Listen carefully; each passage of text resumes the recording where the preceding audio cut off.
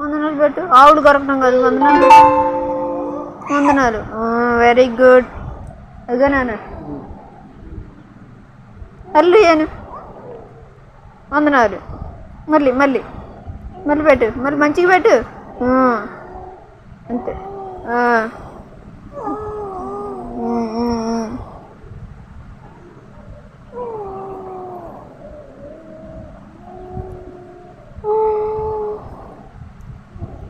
చాలు చెప్పి నాలుక నాలుక.